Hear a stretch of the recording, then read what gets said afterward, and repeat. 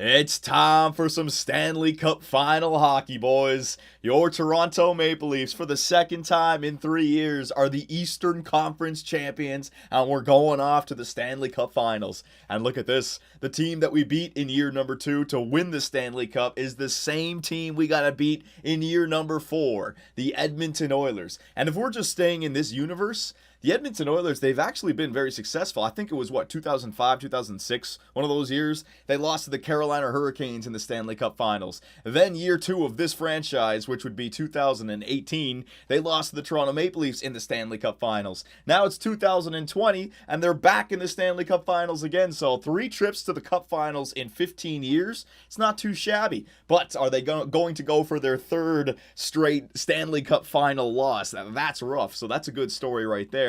And then you got the Toronto Maple Leafs on the brink of beginning their dynasty. 2nd Stanley Cup in 3 years after that disappointing year last year. That's way behind us now. You got the young Toronto Maple Leafs, the young captain Auston Matthews, looking for his 2nd Stanley Cup as the leader of this blue and white squad. Before he's even 23 years of age, he's only 22. So this guy is looking to become a legend. And, of course, Taylor Hall, the 1st overall pick in 2010, drafted by the Edmonton Oilers.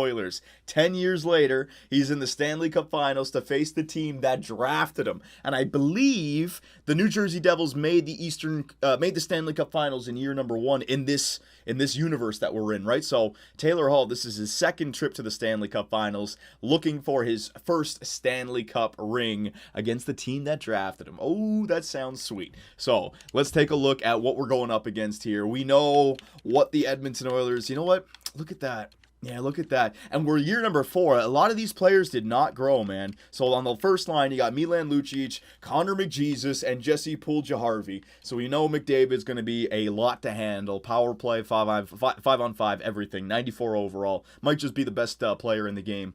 I don't know what Crosby is still rated, but that's going to be rough. And he's only 23. My God, he's still going to get better. Milan Lucic can protect him, and Jesse Puljujarvi is a two-way forward. He's only 22, so he's still growing as well. It's a good first line. Second line, now look at this. Nail Yakupov, 26. Ryan Nugent-Hopkins, 27. Jordan Eberle, 30. These guys have hit their peak, and they didn't turn into the players the Edmonton Oilers were hoping. I guess that's why Nail Yakupov has already been traded. But in this universe, 85 overall, 87 overall for Ryan Nugent-Hopkins. As a former 1st overall pick, they were probably hoping for a 90-plus overall center there. That's doable. 87 is still good, but, that's doable. We got a filthy second line as well. And Jordan Eberle, a 30-year-old, 85 overall. I just look at our third line with Timoshev and Sprong, 284s, and we got that on the third line as wingers. So I like this matchup here. Third line, you got Benoit Pouliot, Leon Draisaitl, and Patrick Maroon. Same thing with the Leon Draisaitl. Now he's 24; he's still got some years to grow, but he's on the third line center, 85 overall. Imagine if this team, all these 1st overall picks and 1st round picks ended up being 90 overall players. This team would be absolutely stacked. We can beat them, though, man. It's doable. And then the 4th line, Nikita Soshnikov. Remember the trade for Greg Belfour, Melker Karlsson, and Zach Kassian. So I will say this about the Edmonton Oilers. They are a deep squad. No 70s to be seen. The lowest player is an 82, Soshnikov, on the 4th line. They have a good 3rd line. They have a good 4th line. Second line's a little bit weak, and they have that super stud that can play everywhere. So it makes sense that they would be in the Stanley Cup Finals. I'm interested why they missed the playoffs last year. I wonder what kind of, if they had an injury or something to McJesus. Their defensive core, Oscar Klefbom, 91. Andrei Sekera, 85. So very similar to our first line with Morgan Riley and Ville Polka. Their second defensive pairing, Braden McNabb, Adam Larson, 88 and an 85. Again, very similar to ours with Jake Gardner and Connor Carrick. And the third defensive pairing, Darnell Nurse, he's 25, and Griffin Reinhart, 26. These guys didn't grow to be much. I mean, Darnell Nurse, Leon Draisaitl, Nail Yakupov, Ryan Nugent-Hopkins, all of these guys could have become 90-plus overall players. Not in this universe. That's rough for them. But they are in the Stanley Cup Finals, and goaltender, who do they got? They got, ooh, yeah, there's the Achilles heel right there, boys. Yoni Ortio. So they got the They got the depth up front. They got a good defensive core that's very similar to ours, but their goaltending is very weak. We got Frederick freaking Anderson in the net, and he has been playing great, and our offense started scoring goals in the last series, so I am liking that. And they're scratch players because you guys were saying, what the fuck? Oh yeah, they drafted Nolan Patrick. They got Nolan Patrick scratched? When was he? He was drafted fourth overall in year number 1. Yeah, because EA and their roster updates. He didn't go first overall. What's his career stats like? Let's see.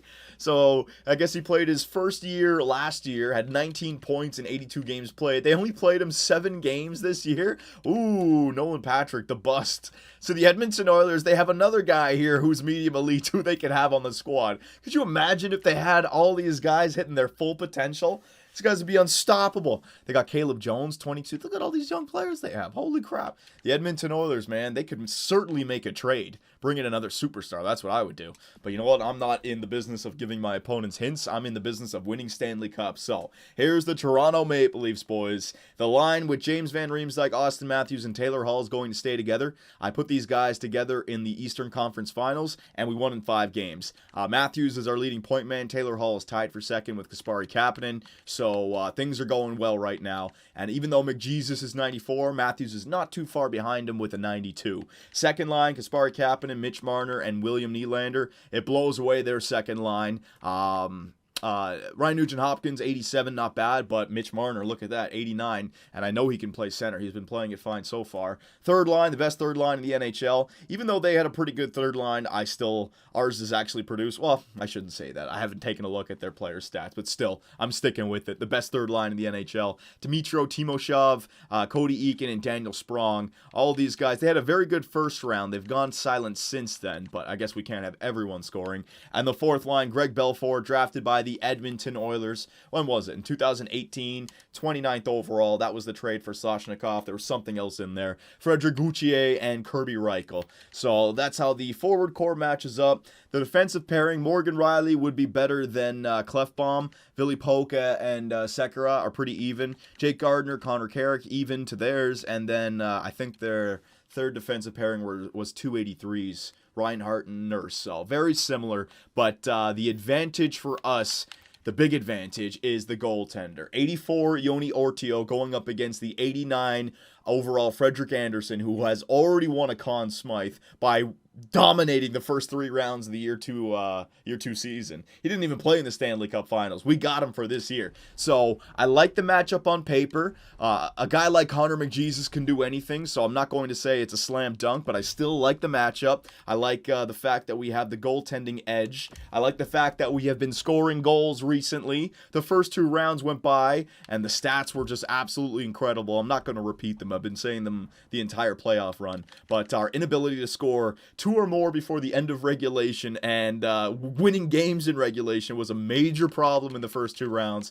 But then against the Boston Bruins in round number 3, we didn't have that problem once. 3 goals for, 6 goals for, 3 goals for, 4 goals for in a loss, and 4 goals for. So we had every single win in regulation, and all 5 games we had 3 before the end of regulation. Okay, so if we can continue to play like we did in the Eastern Conference Finals, there is nothing the Edmonton Oilers can do. So boys, here it is. Year number 4. We're looking for that dynasty. Will the Edmonton Oilers win their first Stanley Cup since the Gretzky-Messier era, or will they go 0 for 3, or will the Toronto Maple Leafs win their second Stanley Cup in 3 years? And I won't say dynasty just yet, but that's starting to look real good. Come on now, boys. In Toronto, the Air Canada Center. Let's keep those goals coming. First period, yeah, baby. And it's Morgan Riley. I didn't even mention this. Morgan Riley, the leading goal scorer for the Toronto Maple Leafs right now. I believe that's his 8th.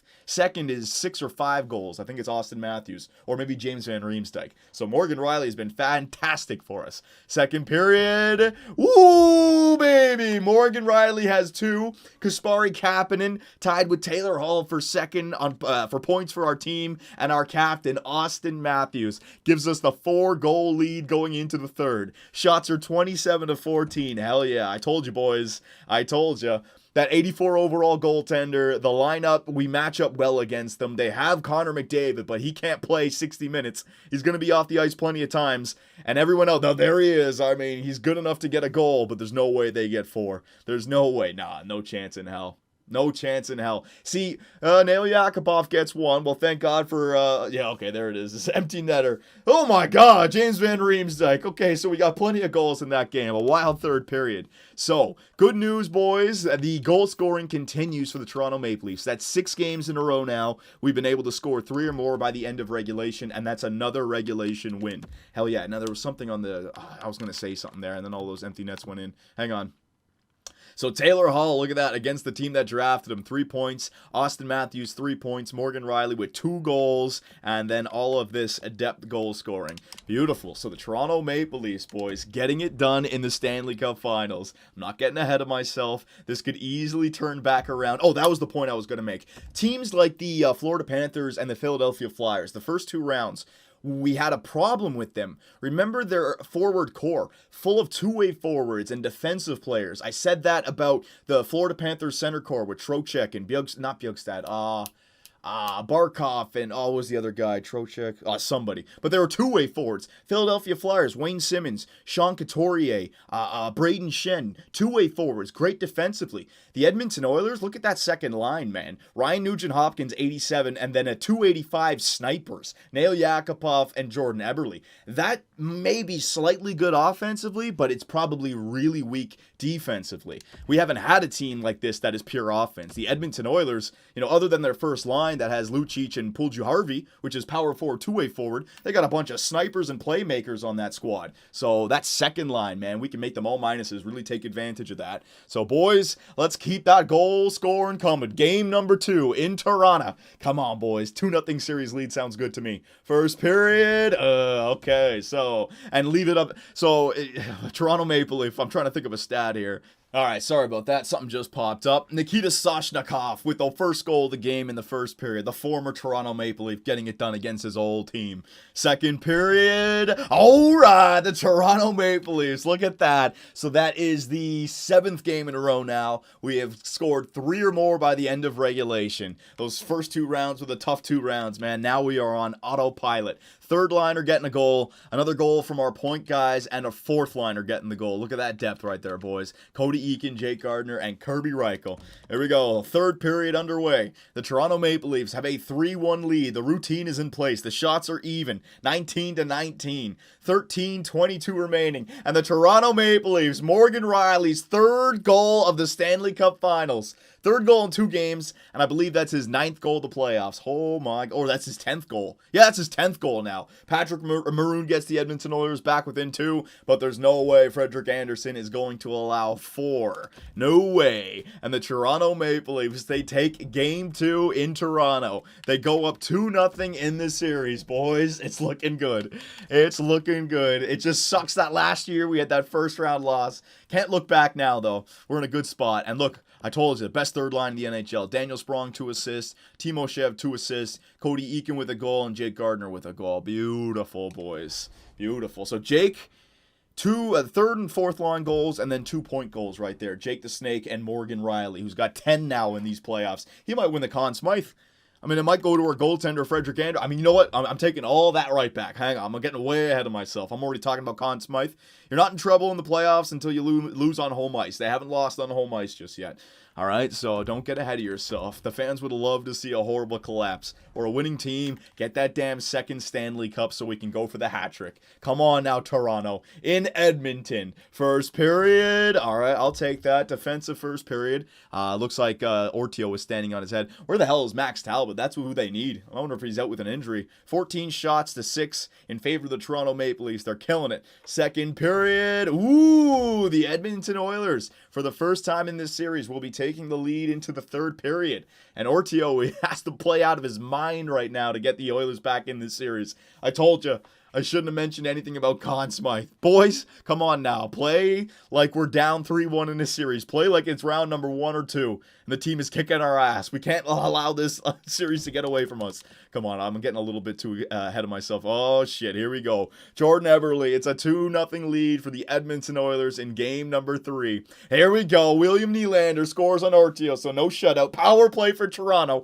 Come on, boys. I don't want this to get interesting. Just give me that easy Stanley Cup 5 minutes left. Power play for Edmonton. That might be enough. Tie game. Mitch Marner, baby. The Toronto Maple Leafs, they kill off the late penalty, and they tie the game up with 2:13 remaining. Now, interesting stat. For this year's playoff run, the Toronto Maple Leafs have made it to the overtime frame 7 times. They are 7-0 in those games. I believe in the first 2 rounds, you have to get 8 wins, 4 in each series, right? Obviously. But we were only able to get 1 win in regulation. So overtime might be a good thing for us here, boys. 2-2 going to overtime. The difference from the series being 2-1 Toronto or 3-0 Toronto. Come on now, boys. Do I have another hero? Do I? Yes, I do! James Van Riemsdyk. 8-0 in overtime, boys. 8-0. And the Toronto Maple Leafs take a commanding 3-0 series lead.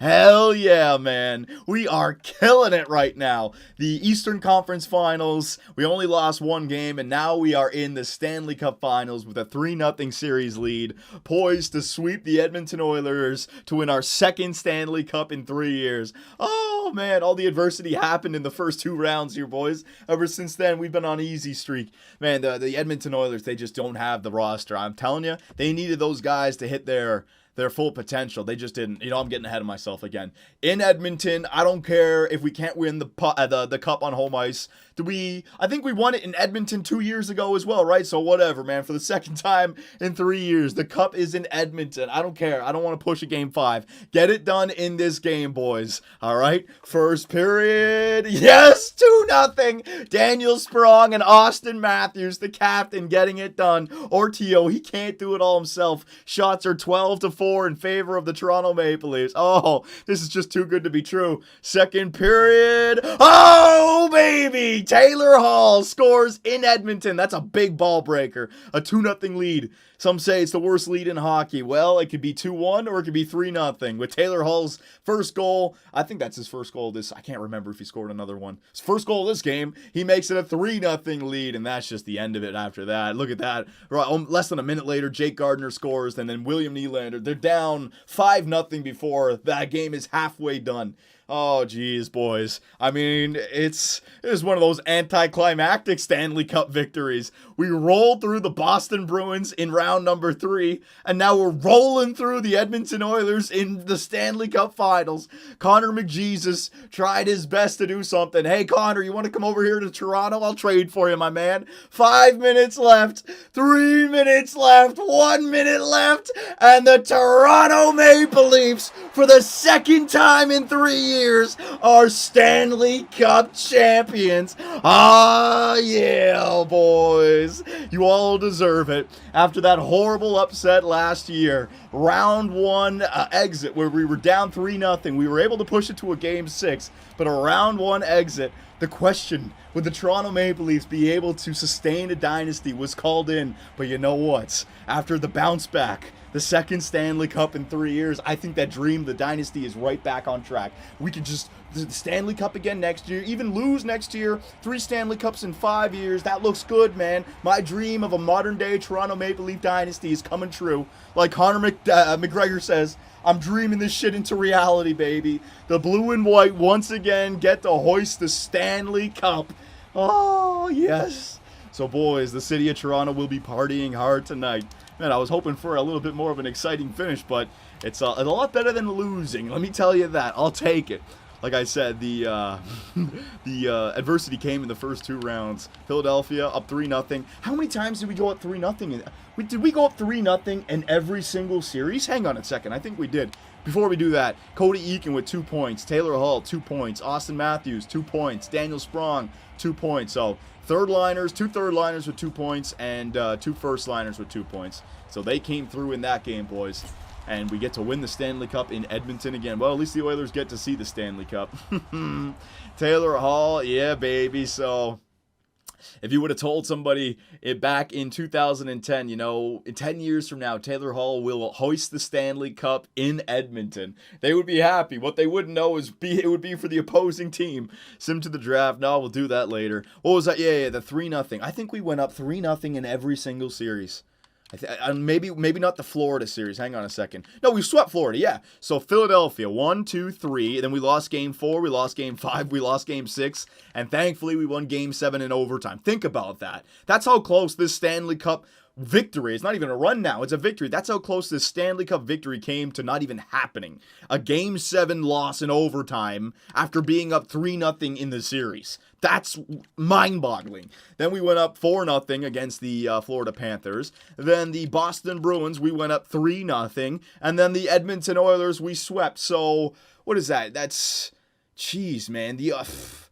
Ever since the Philadelphia series, we only lost one game. After round number 1, we went 12-1. Oh my God, absolutely dominant. Philadelphia Flyers, they are, oh man, they hate themselves right now. They probably thinking if we just beat them, we could have won the Stanley Cup. So boys, there it is, your Stanley Cup champions of 2020, the Toronto Maple Leafs. But now we have off-season questions. What do we do with Taylor Hall? We traded him for a rental. He came through for us, boys. We won the Stanley Cup, so the trade was a success. But do we try to sign him? He's going to want plus $7 million, plus $8 million per year. Is there somebody else we can unload to free up some cap space? What do we do, boys? Because the journey is not over just yet. We're not going to go too much longer with the Toronto Maple Leafs, but I want the opportunity to win that third Stanley Cup. 3 Stanley Cups in 5 years. So we have 2 chances. 2 more years to get that third Stanley Cup. So boys, what should be our plan going into the offseason? Let me know, and I will see you in the next one. Be sure to check out our website, 2bcsports.com, where the hockey talk continues. Find myself and others in the live interactive chat, or dive into the active forums to talk about sports and gaming. You can also find us on Twitch, where the live streams come to life. Rock on!